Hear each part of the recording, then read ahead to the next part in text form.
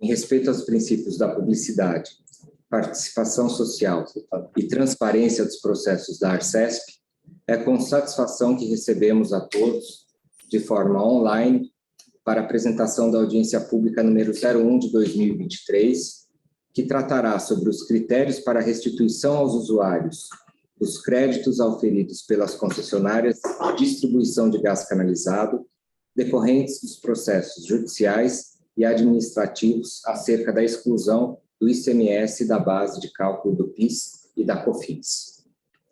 Ressaltamos que o objetivo da audiência pública é ouvir as partes inscritas. Lembramos que todas as contribuições e perguntas deverão ser feitas no formulário próprio disponibilizado no site da Arcesp e serão, posteriormente, analisadas e respondidas por meio de relatório circunstanciado. Esta audiência complementa a consulta pública número 12 de 2022, em andamento, que se encerrará às 18 horas do dia 10 de janeiro de 2023, para a qual esperamos sua valiosa contribuição. Informamos que esta audiência está sendo gravada e transmitida ao vivo pelo YouTube, no canal da Arcesp, e todas as contribuições e perguntas, desde que pertinentes ao seu objeto, serão respondidas em relatório circunstanciado. Os trabalhos no dia de hoje serão presididos por mim, Amaury Gavião, diretor de Regulação Técnica e Fiscalização dos Serviços de Distribuição de Gás Canalizado, cabendo-me decidir sobre as questões de ordem. Vale ressaltar que, a princípio, todos deverão compartilhar suas apresentações a partir de seu próprio computador e só serão aceitas as apresentações previamente enviadas. Aos expositores inscritos, que porventura não tenham encaminhado as apresentações dentro do prazo estabelecido no regulamento desta audiência pública, poderão, no entanto, fazê-lo agora, através do e-mail audienciapublica@arcesp.sp.gov.br, para que possamos divulgar no site. A etapa de apresentação será iniciada pela Arcesp, que fará a explanação em até 30 minutos, e, em seguida, a Comgás, a GBD e a Naturgy em até 15 minutos. Ao final de tais apresentações, abriremos para as manifestações dos expositores inscritos, lembrando que o tempo para a manifestação de cada um será de até 10 minutos, respeitada a ordem de recebimento das inscrições, conforme previsto no regulamento desta audiência pública. Esclarecemos ainda que o expositor será alertado quando faltarem 2 minutos para o fim de sua intervenção. Todas as manifestações serão registradas em meio eletrônico, preservando-se assim a integridade de seu conteúdo. Registramos a presença dos diretores da Arcesp, Dr. Gustavo Fraia, diretor de Regulação Técnica e Fiscalização dos Serviços de Dr. Marcos Roberto Lopomo, diretor de Regulação Técnica e Fiscalização dos Serviços de Energia, Dr. Joaquim Leite Matias, diretor de Relações Institucionais, e Marcos Vinícius Vaz Bonini, diretor de Regulação Econômico-Financeira e de Mercados. Desejo a todos uma boa audiência. Passo a palavra ao Superintendente de Regulação e Análise Econômico-Financeira e de Mercados, Jefferson Meirelles, que fará a apresentação da Arcesp com tempo máximo previsto de 30 minutos. Bom dia a todos. Obrigado, doutor Amaury. Eu vou compartilhar minha tela. Eu vou pedir que vocês me indiquem quando ela aparecer para todos.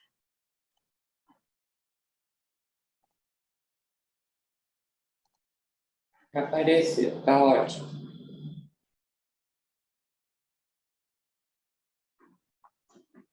Ok.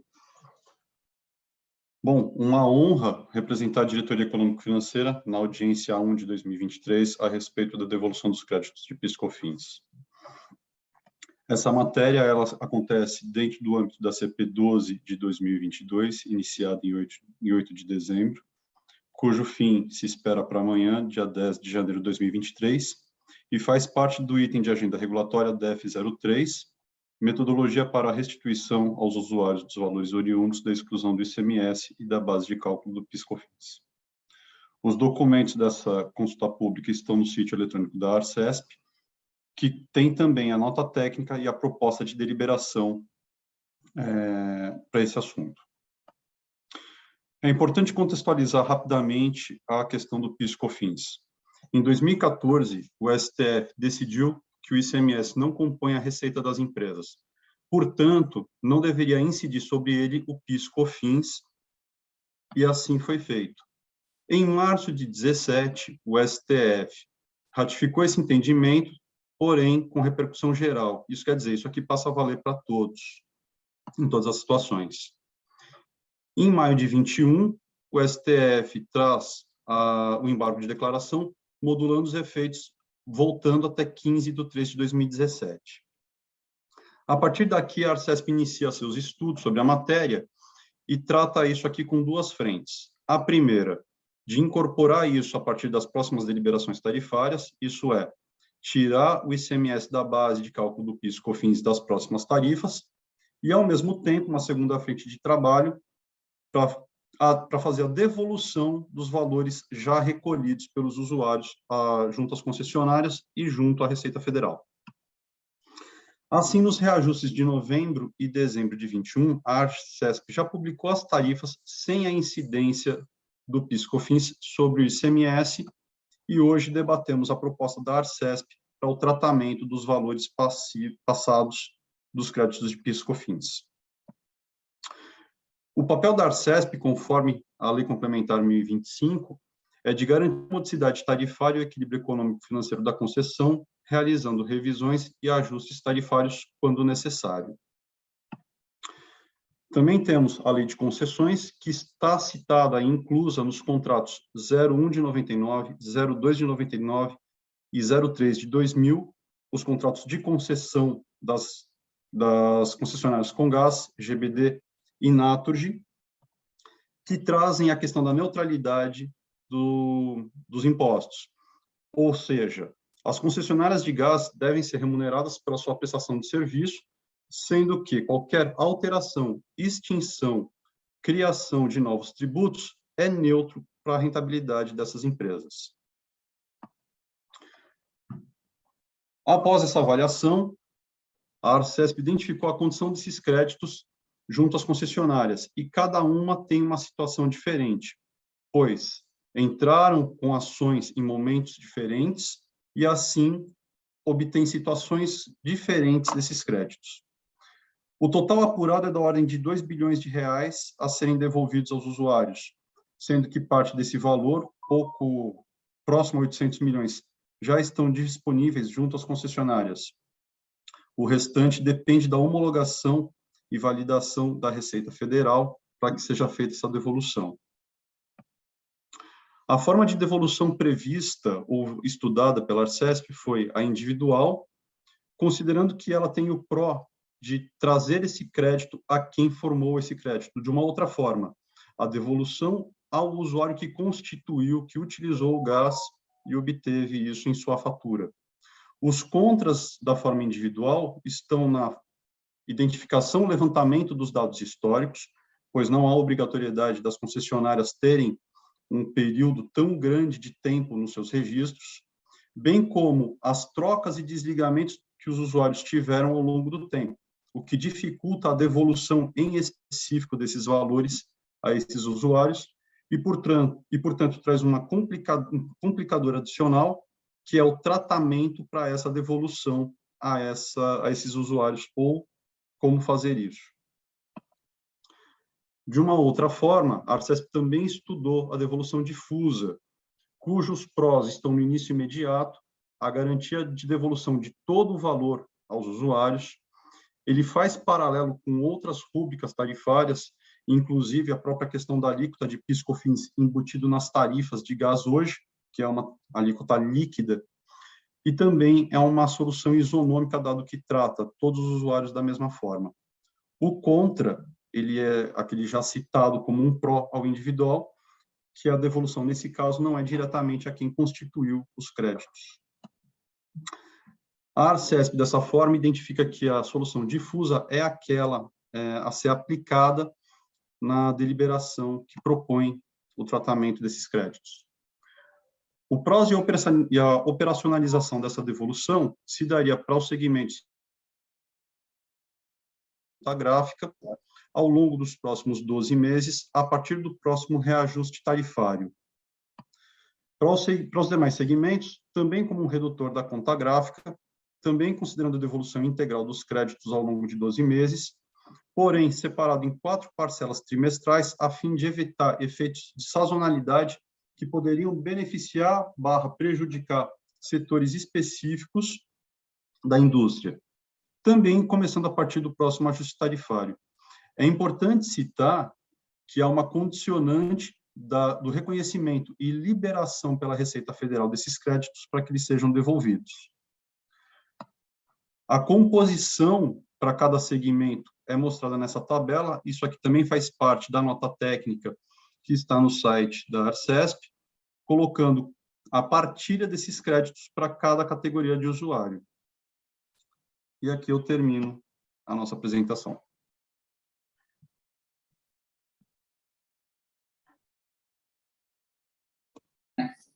Obrigado, Jefferson.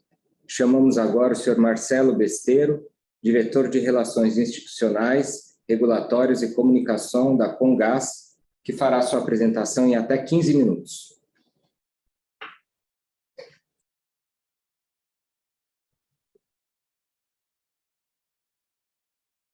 Vocês estão vendo a minha apresentação?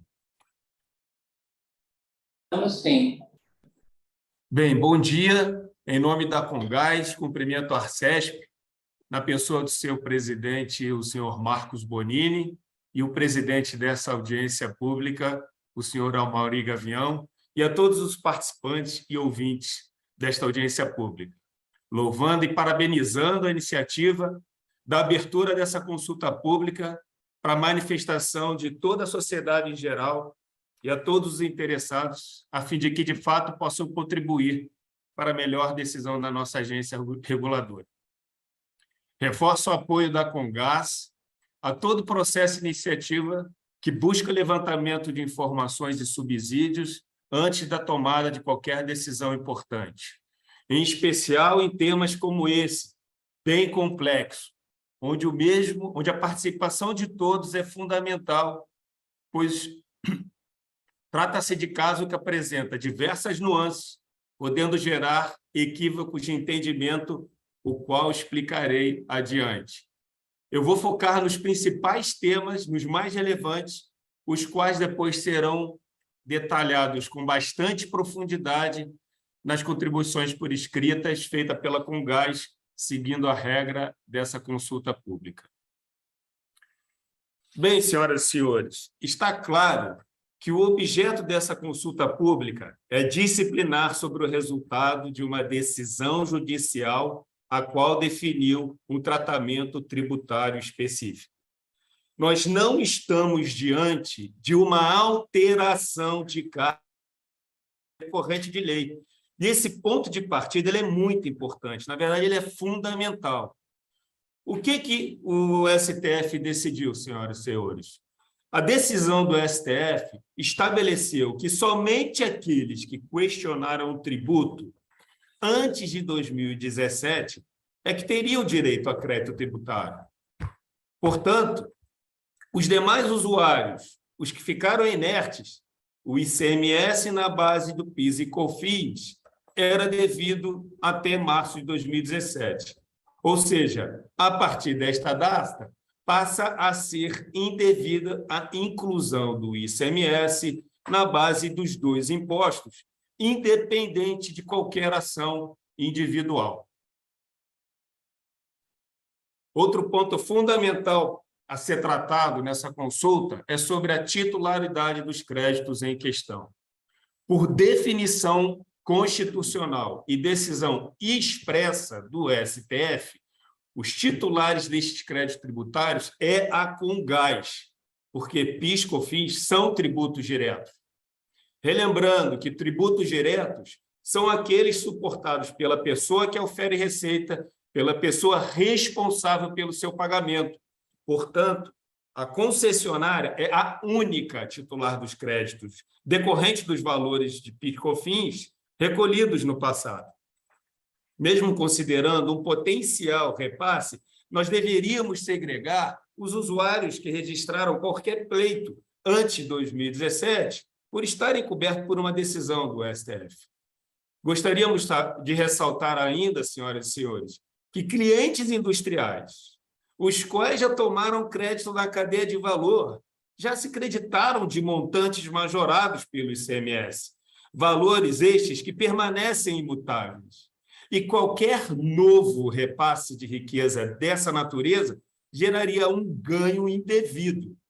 E ainda, sobre a titularidade dos créditos, vale reforçar que artigo 9º, parágrafo 3º da Lei 8.987 se aplica somente a alterações legislativas, não se aplicando a créditos tributários fundados em decisões judiciais.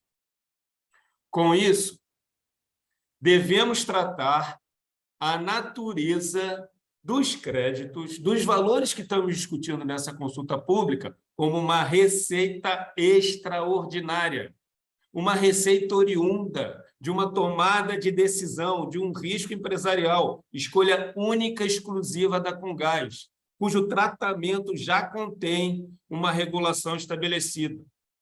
É importante registrar que, se a Comgás não tivesse tomado a decisão empresarial e assumido o risco de questionar esse tema num âmbito judicial, a gente não teria nenhum valor aqui para se discutir antes de 2017. Eu vou aprofundar um pouco no nosso modelo de concessão para que a gente consolide bastante. O modelo ele é composto por tarifas tetos, também conhecidas como tarifas máximas. Essas tarifas são aprovadas pela Arcesp e que serão depois aplicadas aos nossos usuários. As mesmas contêm o custo de aquisição de gás, o custo de transporte e a margem de distribuição. Toda essa complexa cesta é equacionada mediante o estabelecimento de um modelo tributário conhecido como Price Cap.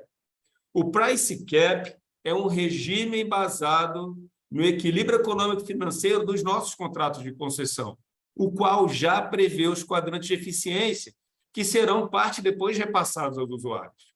Com isso, senhoras e senhores, podemos afirmar com muita convicção que o trespasse dos efeitos econômicos da decisão do STF em questão importaria num grave rompimento da base objetiva do seu equilíbrio econômico-financeiro, já que criaria um racional de repasse de eficiência que não está nem previsto no nosso contrato de concessão.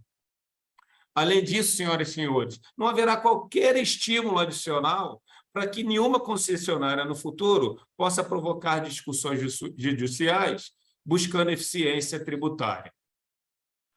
Já me aproximando da conclusão, é necessário enfrentar com o máximo de respeito o equívoco de entendimento da nota técnica dessa consulta pública, em especial por dois aspectos.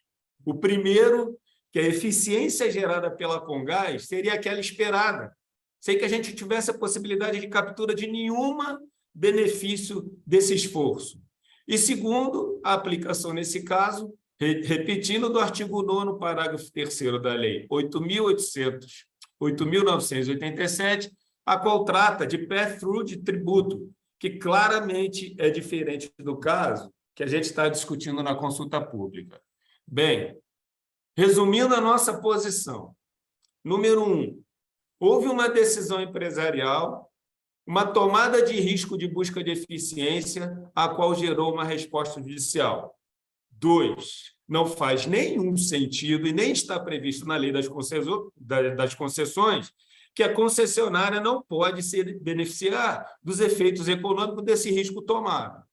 3, a gente não está falando nem tratando aqui de nenhuma alteração de legislação sobre o tema. E, por último, o STF fixou os titulares desse direito. E qualquer decisão que esvazie essa fixação afrontaria uma decisão da Suprema Corte. Faz-se necessário, senhoras e senhores, reforçar que a gente está diante de um caso que é fruto de uma eficiência gerada por uma decisão empresarial interna da companhia, que ela poderia ser tomada ou não, como foi o caso de outras concessionárias, que acabou escolhendo um caminho diferente da Comgás. Está relacionado a um risco pela produção de efeitos econômicos judicial. não por o risco de uma criação, modificação ou extinção de tributo de lei. É como se disséssemos, senhoras e senhores, que um risco judicial é um risco sobre o qual a concessionária não tem gerência. Então, concluindo, de forma muito clara, trata-se de uma receita extraordinária e, assim, ela deve ser tratada conforme a regulação vigente. Por fim, a título exclusivamente de argumentação, ainda que se entendesse por uma eventual devolução, obviamente normatizado a partir de 2017, deve-se considerar para o correto cálculo os seguintes aspectos. Primeiro, usuários que se apropriaram de crédito na cadeia de valor. Segundo, descontos comerciais que foram concebidos com base nas tarifas conhecidas à época. Clientes inadimplentes que nem pagaram as suas tarifas de gás. Quarto, os custos processuais referentes a uma tomada de decisão empresarial que me levou a questionar judicialmente esses créditos tributários. E, por último, a tributação dos créditos.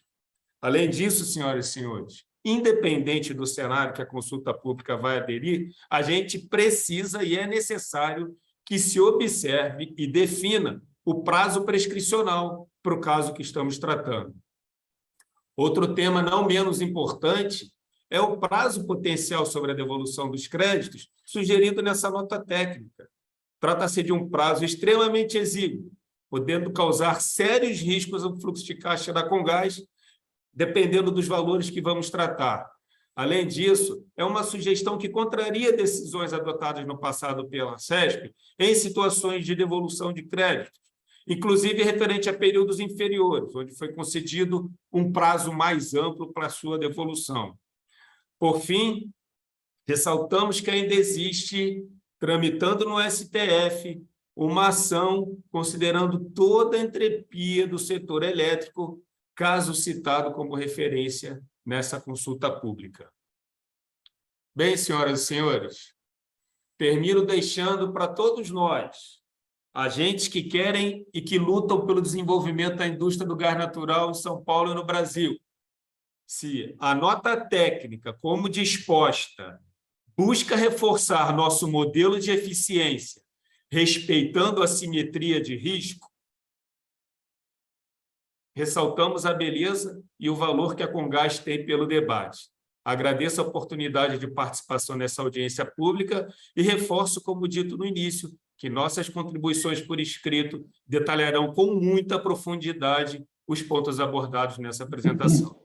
Muito obrigado. Obrigado, senhor Marcelo. Eu informo que a GBD declinou do seu tempo. Chamamos agora o senhor Alessandro Monteiro de Menezes, de regulação da Naturgy, que fará sua apresentação em até 15 minutos.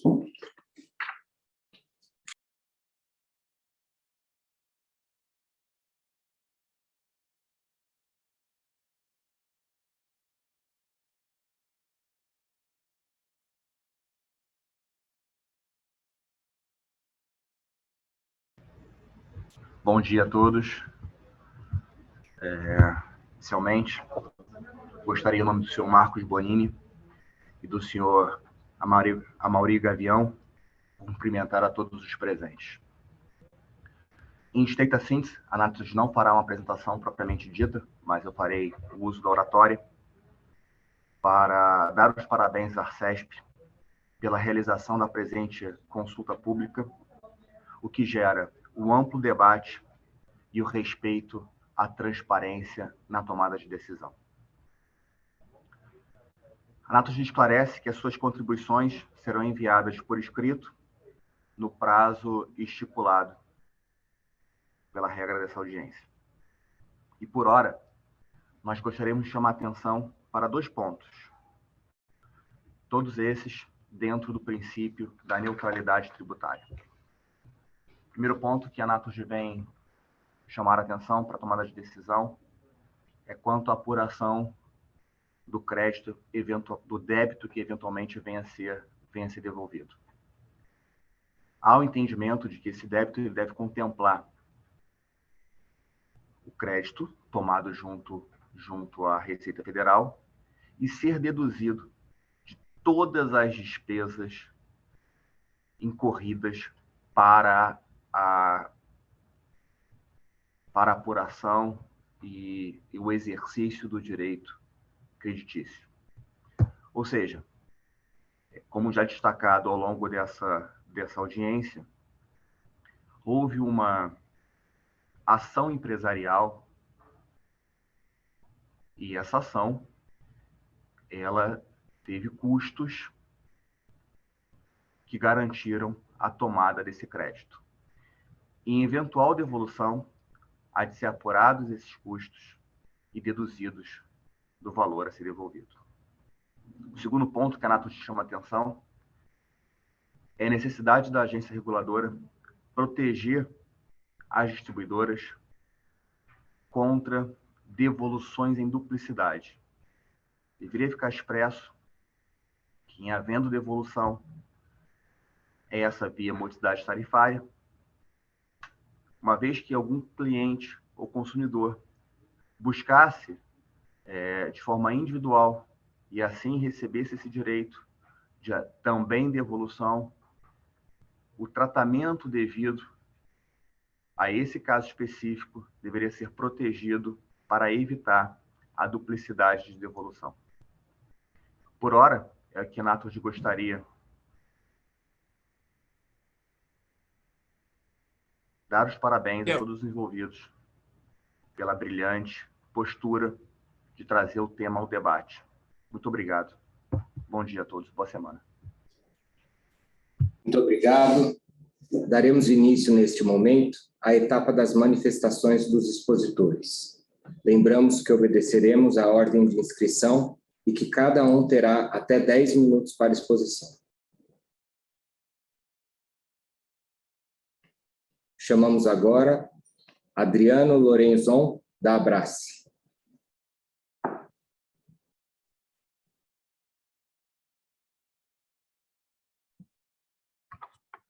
Olá, bom dia. Primeiro, congratular aqui a Arcesp pela audiência pública.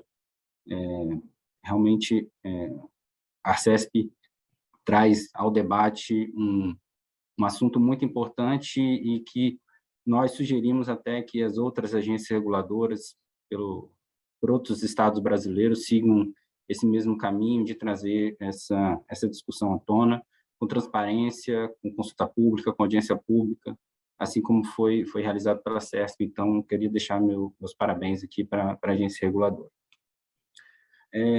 Então, vou fazer aqui breves contextualizações aqui sobre a contribuição que a Abrace encaminhará até amanhã a respeito desse tema.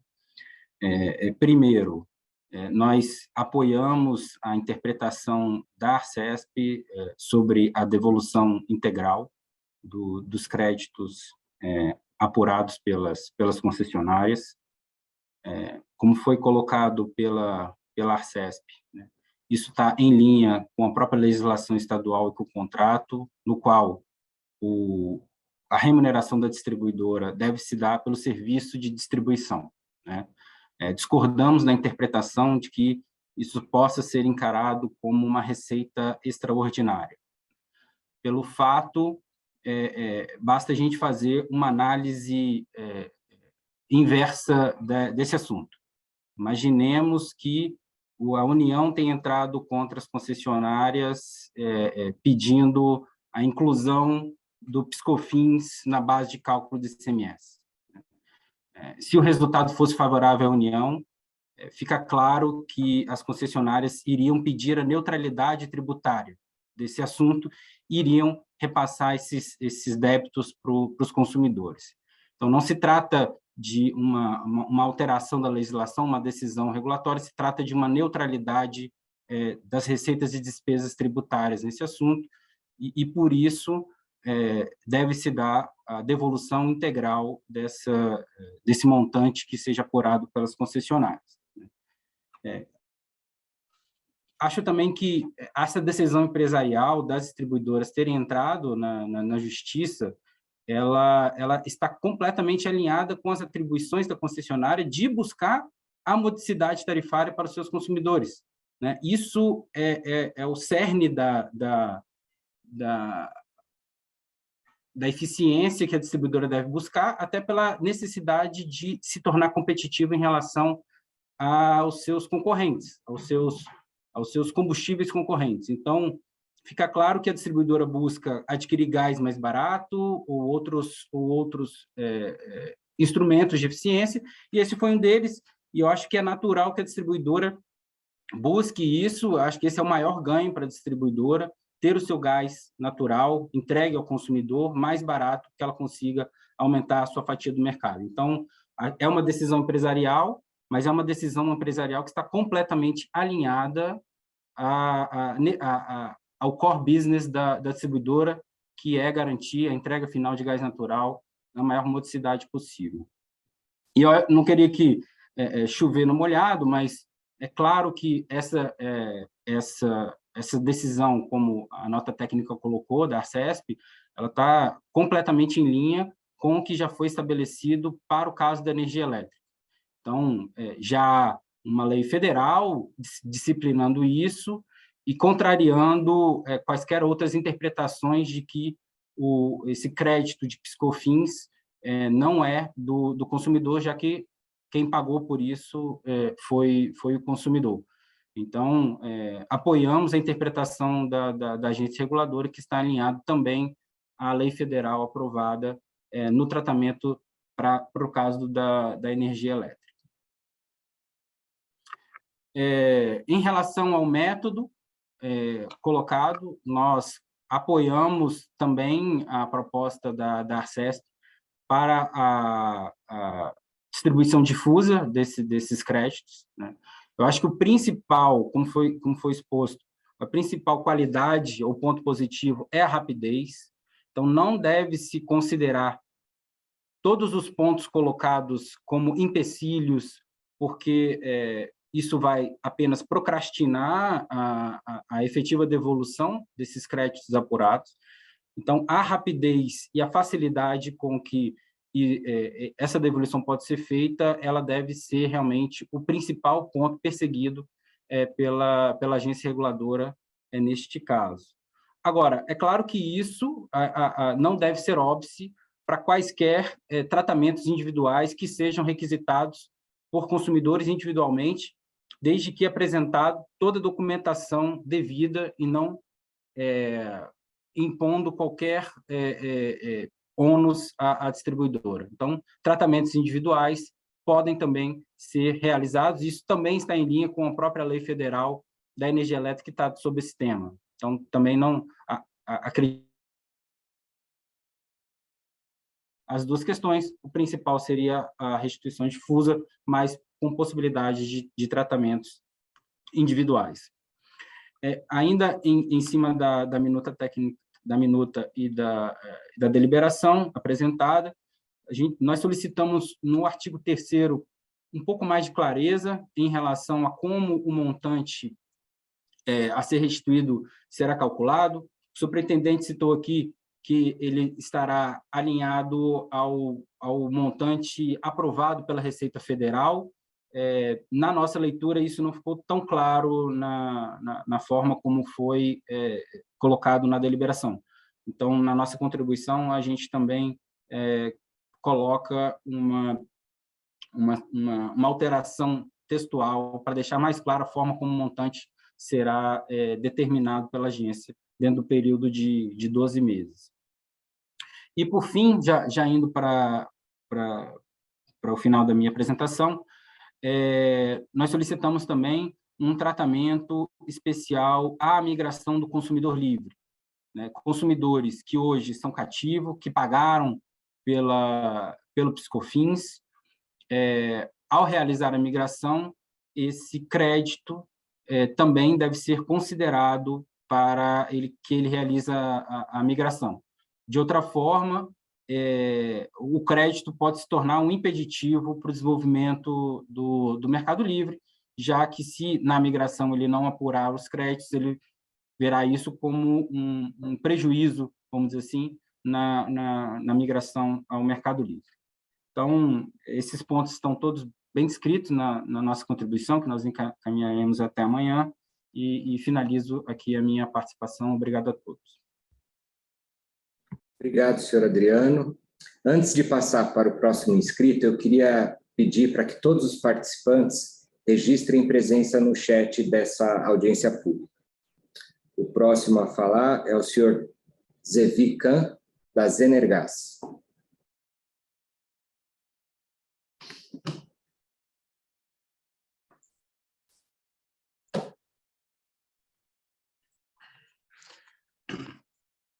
Bom dia a todos.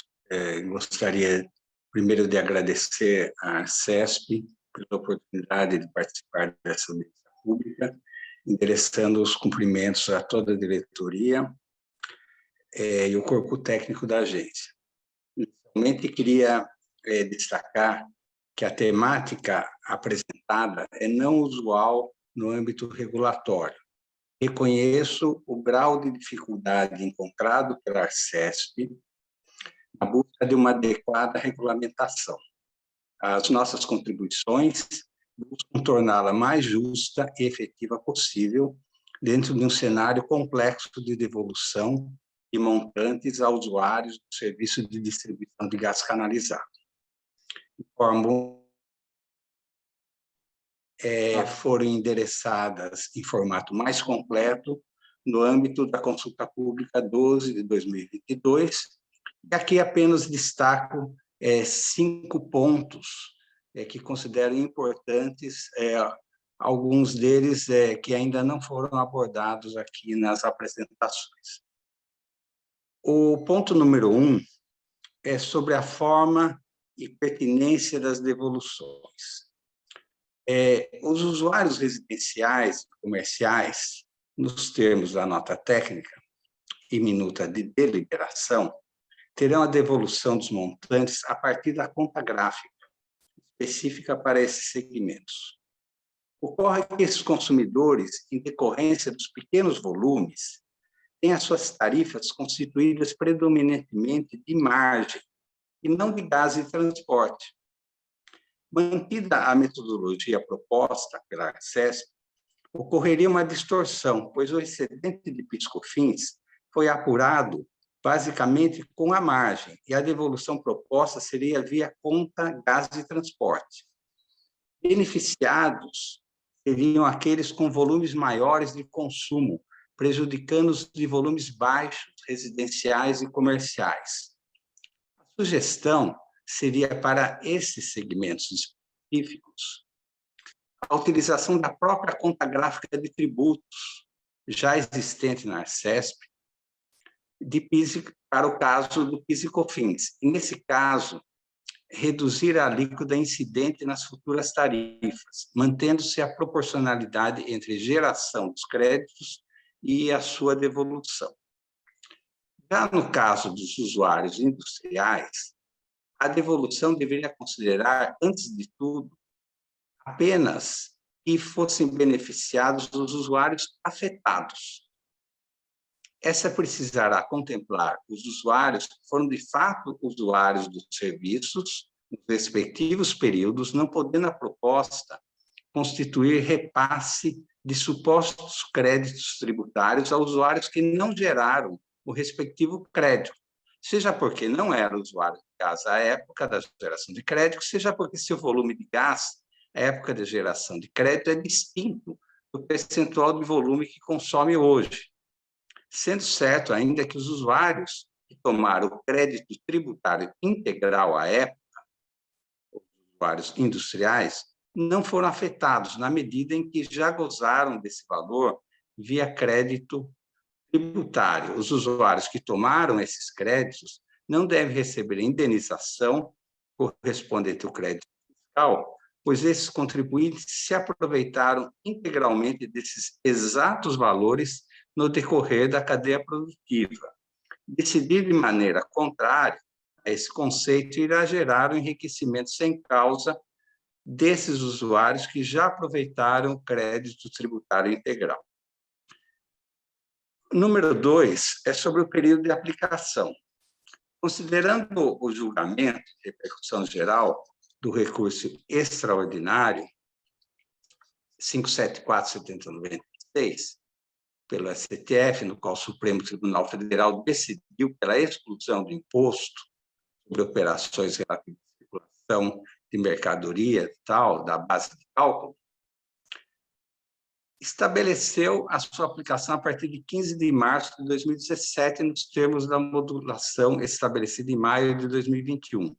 O fato de determinadas concessionárias terem obtido decisões judiciais referentes a créditos em períodos anteriores não pode ser encarada como eficiência esperada. Na realidade, excede essa situação, buscando a via da solução judicial. Ainda que se mantivesse o entendimento de eventual devolução, o que não parece haver fundamento, a decisão deveria considerar, a partir do exposto, que a concessionária obteve uma receita extraordinária e, portanto, apenas uma parte dela seria endereçada à mudança tarifária, mas não, portanto, como a natureza de uma devolução de créditos tributários. Como até já foi colocado nessa audiência, no modelo Price Cap, o regulador define um teto inicial para a tarifa, cujo valor é periodicamente reajustado. E o consumidor acaba ficando com o ganho na trajetória de eficiência e com o ganho de produtividade. A fixação de um preço teto, portanto, incentiva a concessionária a obter ganhos de produtividade. Um terceiro ponto é um pequeno ajuste da nomenclatura que acabou, vamos dizer, incomodando o leitor da deliberação.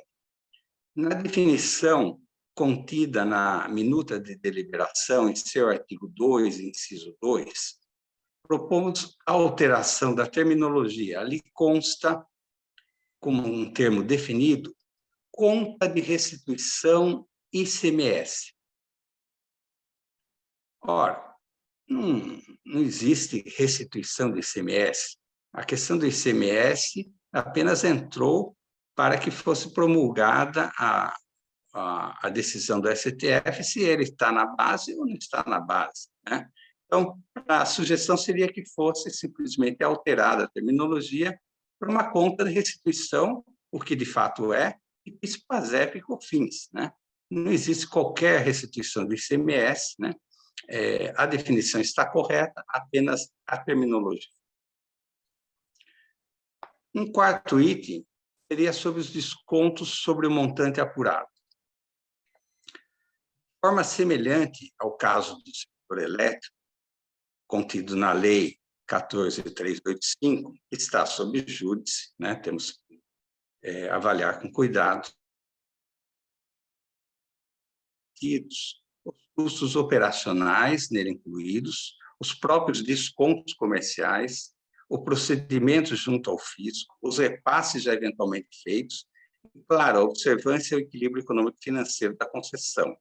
Todos os itens claramente não abarcados na análise e na proposta da Arcesp. E, finalmente, um quinto ponto que eu gostaria de ressaltar fala sobre o prazo Senhor de Zedi, devolução. faltam 2 minutos para o seu horário. Eu vou conseguir, sim. Obrigado. Sobre os prazos de devolução, a nossa sugestão é uma alteração. A gente pode até observar das apresentações e das minhas colocações também, e da própria nota técnica da Arcesp, a complexidade do tema. A Arcesp está buscando, de todas as formas, resolver de forma justa a questão, esse é o nosso reconhecimento. Mas essa complexidade faz com que seja sugerida uma extensão do período pela Arcesp para fins de devolução da integridade dos créditos, considerando a complexidade envolvida e observados os critérios propostos aqui nessa audiência, para que não se cometam injustiças no processo de devolução dos créditos, o período estabelecido é extremamente exíguo e sugerimos um prazo de 5 anos. São essas as minhas considerações. Quero agradecer novamente à diretoria e os funcionários da presentes e desejar um bom dia. Obrigado. Passamos à terceira inscrita, senhora Lívia Medeiros Amorim Veloni, da CBA.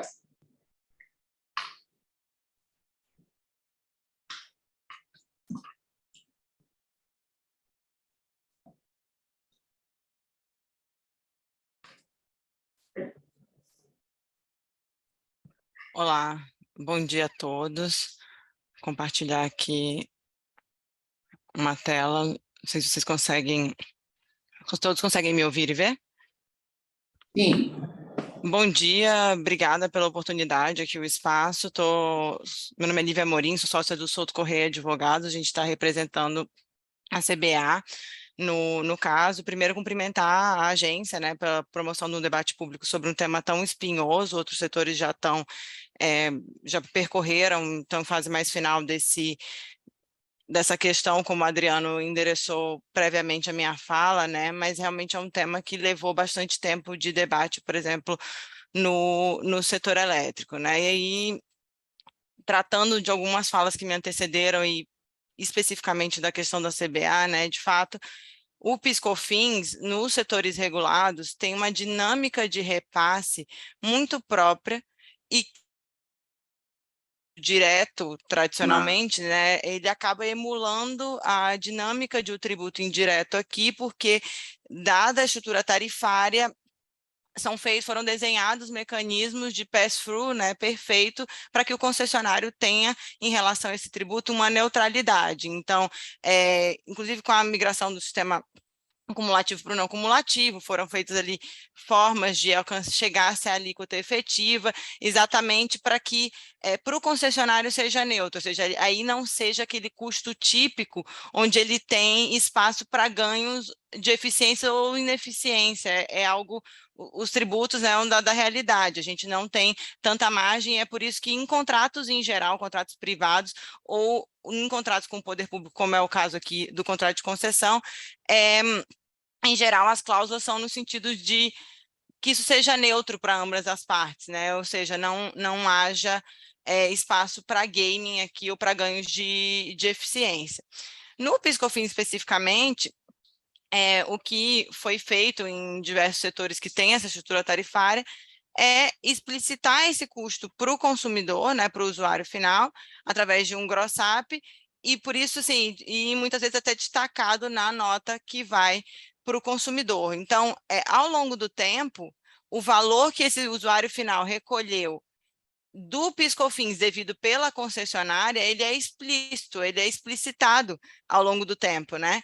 Então, você consegue ver exatamente qual foi a contribuição que cada um dos usuários deu para o custeio daquele custo que é da concessionária. Então, de novo, né, realmente, o PIS/COFINS, fato gerador, incidência, se dá toda sobre a concessionária, mas o repasse dele para o consumidor é tão explícito e de forma tão individualizada que eu diminuo ou quase desapareço, né, com um subsídio cruzado interno de jogar ele numa estrutura intratarifária. Então,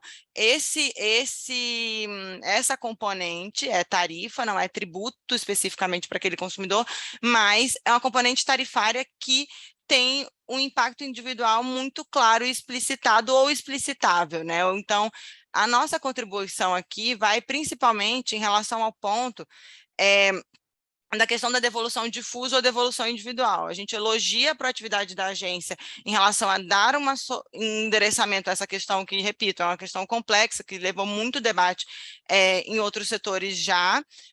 No setor elétrico, por exemplo, foi pacificado via uma lei federal, mas, e isso é meritório, ou seja, querer endereçar o tema, mas a proposta da devolução difusa, ela não pode inviabilizar o objetivo principal da determinação, né, que é promover um ressarcimento, um reembolso. Então, se promover individualmente um reembolso à universalidade dos usuários é algo custoso e operacionalmente difícil, entende-se realmente a regulação tem que lidar com custo de benefício, mas ela não pode inviabilizar aqueles casos que, seja pelo banco de dados da concessionária, seja pelo banco de dados particular do usuário, é possível fazer a conta para cada um daqueles usuários, né? Então, aqui, e a gente sabe que o horizonte de devolução da concessionária muitas vezes é maior do que os 5 anos, e que ela não é obrigada a ter o histórico de faturas daquele usuário por algo maior, por um período maior do que os 5 anos, mas que eu não, para usar uma metáfora aqui, né, não jogue a água da bacia com o bebê dentro. Então, eu preciso oportunizar que quem tem direito a um crédito, ainda e um crédito identificável, ainda que seja menor do que o período todo compreendido, que ele tenha a oportunidade de demonstrar esses créditos com dados próprios ou dados que a concessionária, por obrigação regulatória, tem que arquivar, e o resíduo, né, o que não foi identificado, vá realmente para o condomínio e se devolva a esse condomínio de usuários que pagou esse tributo no momento anterior. E a solução da devolução individual, ou pelo menos a oportunidade da devolução individual, quando isso for factível e possível, ela, inclusive, é uma questão de justiça tarifária intergeracional, né? Porque aqui eu estou presumindo, se eu pego quem pagou 10 anos para trás e devolvo 10 anos para frente, ou devolvo 3 anos para frente, estou presumindo que aqueles que contribuíram lá atrás são os mesmos que estão aqui hoje para serem ressarcidos, o que não é verdade, não é verdade total ou parcialmente, tanto porque eu posso ter saído, quanto porque a minha participação no consumo pode ter alterado, e aí pode ter alterado.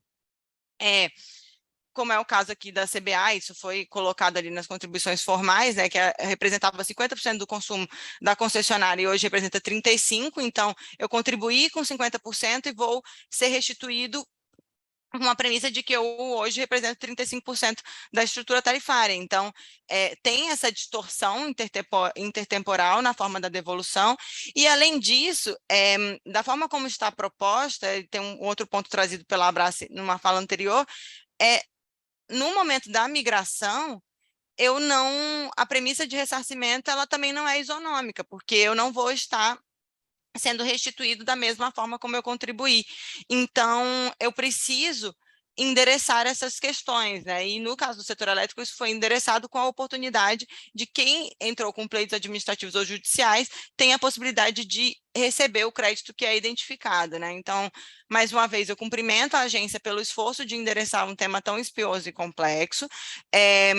Entendo que o racional é de reembolso e de restituição aqui, que a devolução difusa foi o mecanismo prima facie identificado, né, para operacionalizar essa devolução, como bem destacado aqui pelo Dr. Jefferson na fala inaugural da audiência pública, mas que o operacional não pode suplantar o real, né? Então, a gente tem, sim, situações em que é possível e facilmente possível a demonstração exatamente pela forma como o PIS/COFINS é introjetada nas tarifas dos serviços públicos, porque é um custo que é explicitado. Então, o racional, né, do tarifário, de uma forma geral, é que eu trabalhe sempre com o mínimo de subsídios cruzados possíveis, de realidade tarifária. Senhora Lívia, faltam 2 minutos do seu tempo. Perfeito, já estou concluindo, doutora Daniela, obrigada.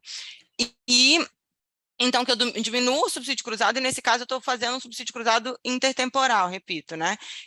E quando é possível demonstrar, seja com dados da concessionária, ainda que por um horizonte temporal potencialmente menor, ou por dados do próprio usuário, que pode ter esse histórico facilmente arquivado. Muito obrigada e parabéns mais uma vez.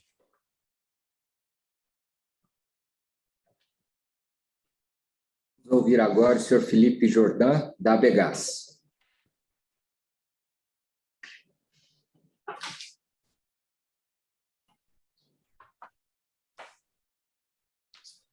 Estão me ouvindo aqui? Você vai fazer a apresentação, né? Bom dia, eu falo em nome da Abegás. Eu gostaria, antes de tudo, né, de dizer que é uma honra aqui estar falando em nome dela, né, nessa audiência de ilustres. E, antes de tudo, eu gostaria de compartilhar a minha tela antes de iniciar a minha fala. Só um instante. Tivemos um problema técnico aqui e a gente já retorna. Um minutinho. Nós vamos reiniciar a apresentação do Eric, porque não estava aparecendo aqui para a gente e também não estava nos ouvindo. Pode iniciar, Eric.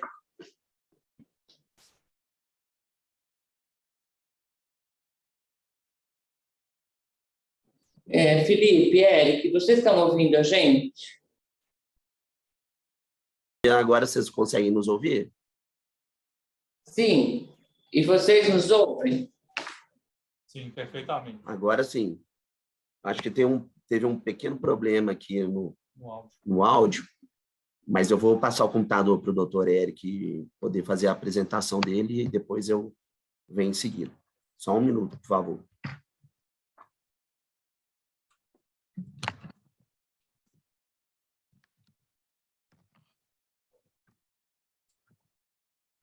Bem, bom dia a todos. Peço desculpas aí pelo problema de áudio, né, que experimentei aqui. É uma honra estar falando aqui em nome da Abegas, né, essa audiência pública, né, que foi promovida pela Arcesp. Gostaria de congratular pela iniciativa, né, que certamente é muito profícua. E tentarei aqui trazer de forma sumária minhas breves contribuições. Vou compartilhar minha tela, só que eu vou ver se eu consigo compartilhar a tela do outro computador. Só um instante.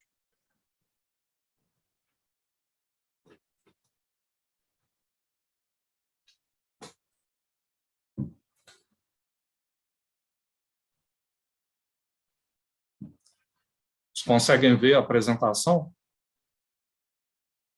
Sim? Tudo bem. Sim, só que ela não está na forma de apresentação, tem que colocar. Tá. Inicialmente, eu gostaria de tratar da questão do PIS e da COFINS, né, que eles são tributos diretos e que não haveria de fato, que não haveria um contribuinte de fato aí. Essa tese jurídica ela foi fixada como precedente do STJ, né, nesse EARESP 189618 de São Paulo, e nele ali se consignou que haveria a inaplicabilidade do artigo 166 do CTN, que diz respeito ao repasse ou à repercussão, né, o fenômeno da repercussão para o consumidor final, no caso, elencado como contribuinte de fato. Por que seria, então, o PIS e COFINS um tributo direto, né? Nos dizeres do tributarista, né, Leandro Poulsen, né, ele é desembargador do Tribunal Regional Federal da 4ª Região, ele diz que, tratando-se de tributo direto que incide sobre a totalidade das receitas auferidas pela empresa, diga ou não respeito à atividade que constitui seu objeto social, os créditos devem ser apurados relativamente a todas as despesas realizadas junto a pessoas jurídicas sujeitas à contribuição necessárias à obtenção da receita. Em outras palavras, o que quer dizer isso? No débito tributário de PIS e COFINS, a base de cálculo, né, seria a receita bruta ou o faturamento da entidade. E nela estão compreendidas não só as receitas operacionais, que seriam aquelas que as distribuidoras de gás canalizado paulistas trazem em sua fatura comercial, né, que elas conseguem embutir ali através de um gross-up na tarifa que está sendo cobrada do usuário do serviço público. Na verdade, isso seria uma parte da receita da entidade, que existem receitas financeiras não operacionais também, né, igual, por exemplo, aplicações financeiras, investimentos, que fazem parte ou que devem ser, né, trazidas à incidência tributária do PIS e da COFINS. Outro ponto é que a não cumulatividade do PIS e da COFINS ela é completamente distinta da não cumulatividade do ICMS e do IPI. No ICMS e no IPI, a sistemática é de imposto contra imposto, ou seja, há uma vinculação, né, entre o débito e o crédito. Ou seja, eu só consigo me apropriar do crédito de ICMS ou de IPI se na operação anterior o meu fornecedor ele recolheu e destacou devidamente, através de um documento fiscal idôneo, aquele imposto. No caso do PIS e da COFINS, a sistemática é base contra base. Ela vai atuar apenas com uma redução da base de cálculo ali da receita bruta, né? todos os custos financeiros, né, que no caso a entidade participante dessa cadeia ela teve para viabilizar, né, a distribuição do gás canalizado, serão deduzidos da base de cálculo que vai ser repassada. Ou seja, os fatos geradores aqui são distintos, um para apropriação de créditos, outro para a questão dos débitos. E por isso é que é tratado, né, de forma direta. Até porque a ideia aqui, né, desse encontro de contas, né, no sistema regime não cumulativo do regime cumulativo, que trabalha com alíquotas menores, né, que no total seria 3,65%. Prossigamos. Ou seja, e aqui eu chego à seguinte conclusão: se o tributo é direto, né, e as ações judiciais dos usuários externos, né, em que não participam dessa relação entre o poder concedente e a concessionária, eles potencialmente teriam o direito de reivindicar os créditos judiciais ganhos pelas distribuidoras a respeito de PIS e COFINS decorrentes do tema 69 de repercussão geral do STF, né? E essa base seria um pretenso enriquecimento ilícito, né? Porque, em tese, naquele período anterior, as concessionárias teriam incluído indevidamente o ICMS na base de cálculo do PIS e da COFINS. Só que, por ser um tributo direto, isso nem mesmo deveria ser considerado. Esse seria o ponto, né, para trazer toda essa questão aqui de que o PIS e COFINS é um tributo direto e não um tributo indireto. Segundo ponto, ainda que se houvesse, né, de devolver alguma coisa, né, desses créditos aos usuários, nós teríamos que observar a modulação de efeitos da decisão do STF, né, que trabalhou com o marco pró-futuro, que seria dia 15 de março de 2017. Como funciona isso? Né? No dispositivo da decisão dos embargos de declaração, né, no RS 574706 do Paraná, a ministra Carmen Lúcia ali colocou, né, consignou na parte dispositiva, que haveria modulação dos efeitos quanto à tese jurídica da exclusão do ICMS da base de cálculo do PIS e da COFINS, ressalvadas as ações judiciais e administrativas protocoladas até a data da sessão, que seria 15 de março de 2017, em que proferido esse julgamento de mérito. Entre outras palavras, aqui eu estou tratando de matéria constitucional. A análise do controle de constitucionalidade de lei ou ato normativo que determinava, naquela época, as concessionárias a tributarem, né, a incluírem o ICMS na base de cálculo do PIS e COFINS e ter gerado esse suposto indébito tributário, né, em prol dos usuários dos serviços públicos, nós devemos fazer uma análise bifásica desse controle de constitucionalidade. A primeira parte seria a constitucionalidade do ponto de vista material, que diz que é inconstitucional essa inclusão, e o segundo ponto, que é a análise dos efeitos. Quanto aos efeitos, é possível, desde que se observe os requisitos que são tratados no artigo 27 da Lei 986899, que é de controle concentrado, mas que já é pacificado, que é possível tratar no controle difuso, igual aconteceu aqui. Aqui é possível se manipular esses efeitos. Ou seja, a regra geral é de que, se eu declaro uma norma inconstitucional, ela é inconstitucional desde a origem. Ela geraria, em tese, ex tunc, né? Ela retroagiria desde o seu nascedor, extirpando todos os efeitos que tivessem surgido dali em diante. Só que, como houve a modulação dos efeitos, em termos práticos, foi dito o seguinte: do marco que foi traçado, que seria 15 de março de 2017 para frente,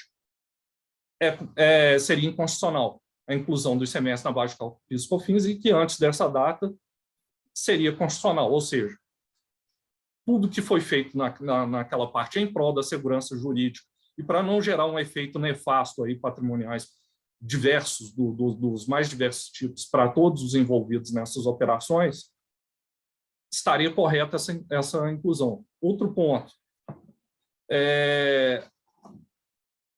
a questão da diferença entre o efeito vinculante dessa decisão e o efeito erga omnes. O efeito vinculante ele é mais abrangente. Faltam 2 minutos para o seu tempo. Bem, eu vou ser breve. Os fundamentos, ali abrange só os fundamentos jurídicos, né? E no caso do efeito erga omnes, ele pega só ele pegaria tão somente, né, menos abrangente, só pega o dispositivo da sentença, né, do que definiria o marco da inconstitucionalidade para todos.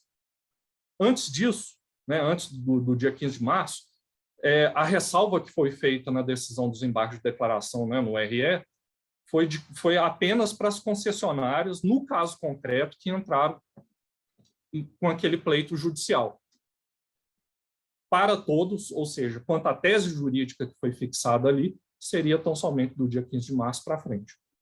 Esse seria o ponto.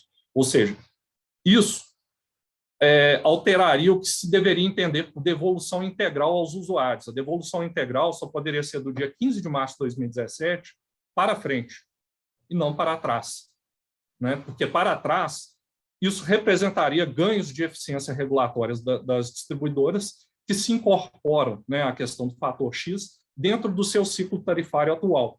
Até porque o artigo 9º, parágrafo 3º, né, da Lei de Concessões diz que os impactos tributários para mais ou para menos só vão ser aplicados até a próxima revisão tarifária, seja ela ordinária ou extraordinária.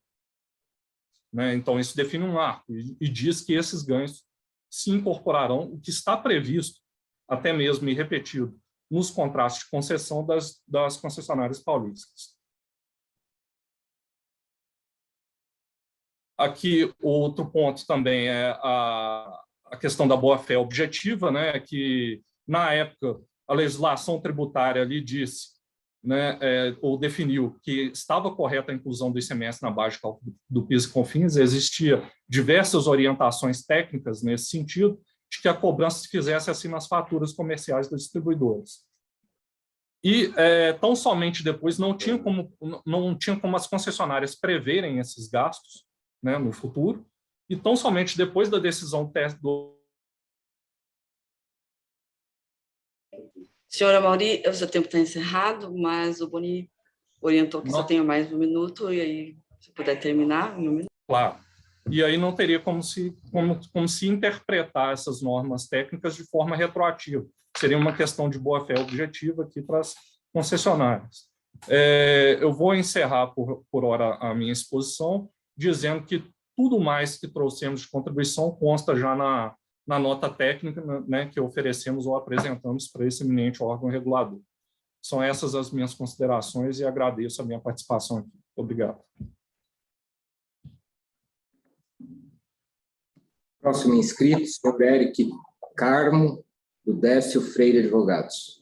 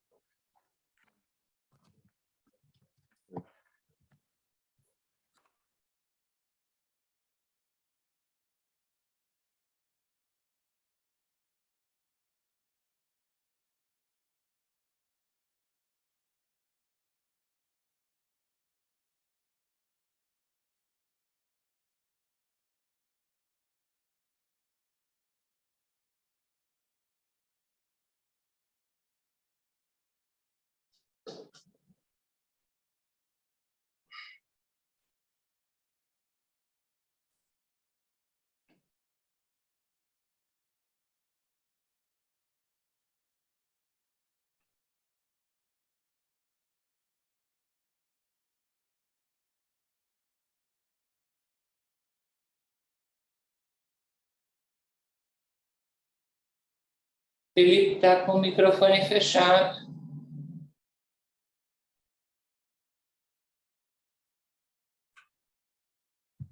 Ah, sim, agora sim. Bom dia a todos. Eu vou fazer uma rápida... Felipe. Desliga o seu. Isso. Eu vou tentar ser bem objetivo e, né, tendo em vista as colocações já foram apresentadas por todos.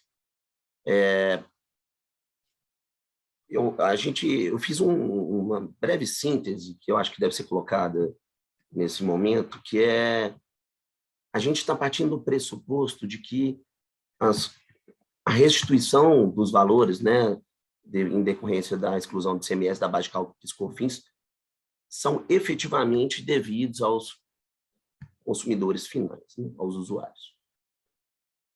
E aí, eu queria colocar um primeiro ponto. De fato, esses valores são devidos aos consumidores finais? E aí a gente tem que se perguntar por que eles, em tese, são devidos. E aí, que é um preço está partindo.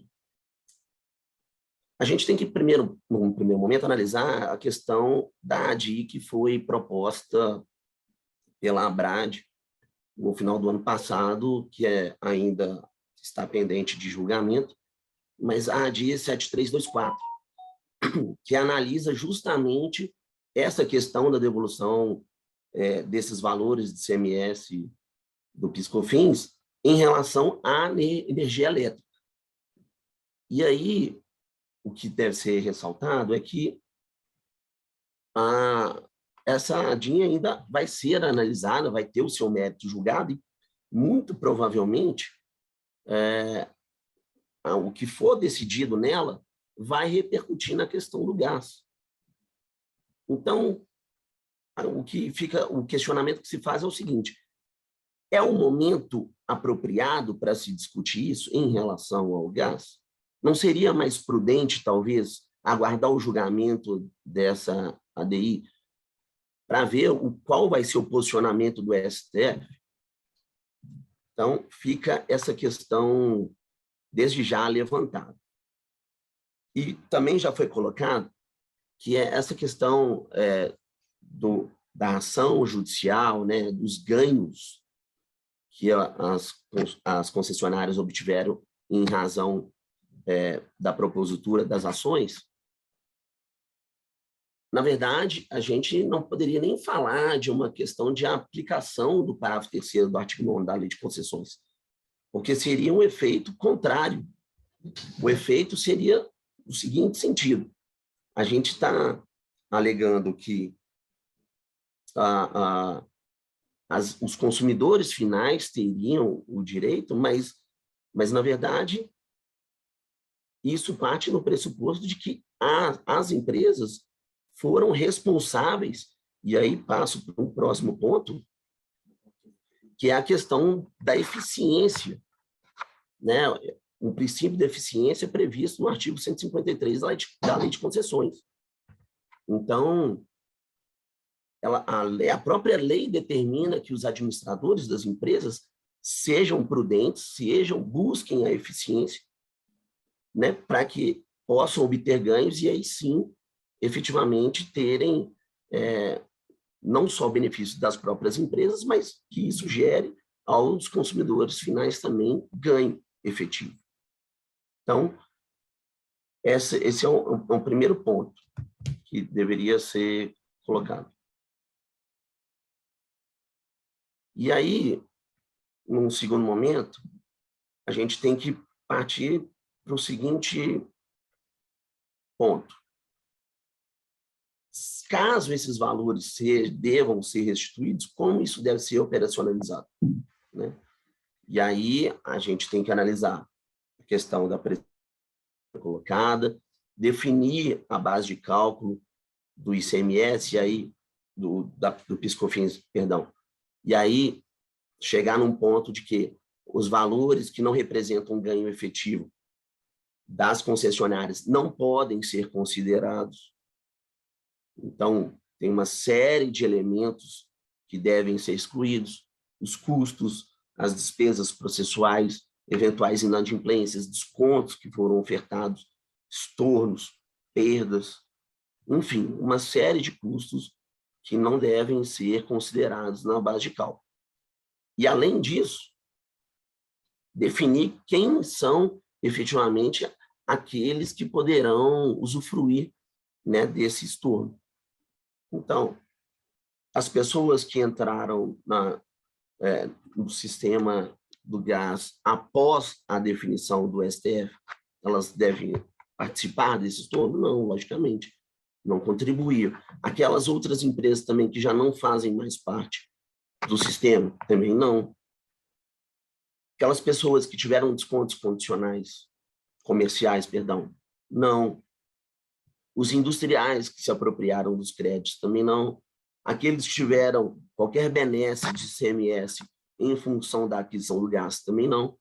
Então, são vários pontos que devem ser considerados nessa análise inicial. Então, são essas as considerações que eu tenho a fazer e muito obrigado pela oportunidade. Então, agradeço a todos os expositores e, antes de encerrar essa audiência pública, eu gostaria de facultar a palavra dos demais diretores, caso alguém queira fazer uso dela.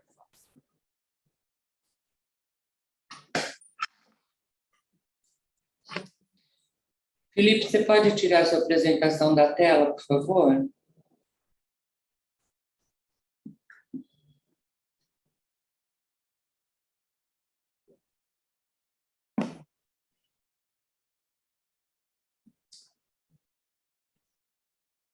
Ale, você tem como tirar a apresentação da tela?